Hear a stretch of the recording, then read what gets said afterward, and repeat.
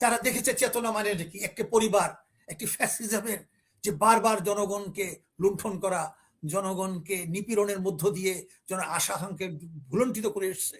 তো এই যে জেনারেশন দেখেছে অতীতে যত রাজনৈতিক দলগুলো ঘুরে ফিরে তারা এক সরকারের পরে আরেক সরকার দেখেছে, তাদের মুক্তি আসেন।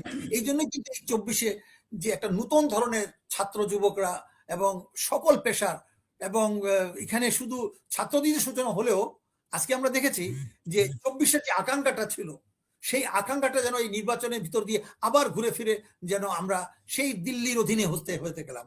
কাজে নির্বাচনও অনেক হয়েছে, কাজে এই নির্বাচনে সাধারণ জনগণের প্রার্থী হওয়ার সুযোগ থাকে না, অর্থস্ত্র নিয়ন্ত্রিত নির্বাচন হয়, এখন মিডিয়া দ্বারা পরিচালিত হয়। এখন যেভাবে হোক না কেন জনাব তারেক রহমান ক্ষমতায় আসীন হয়েছেন। এখন কেউ বলছে আমরা তাকে সময় দিব 3 মাস, কেউ বলছে 6 মাস।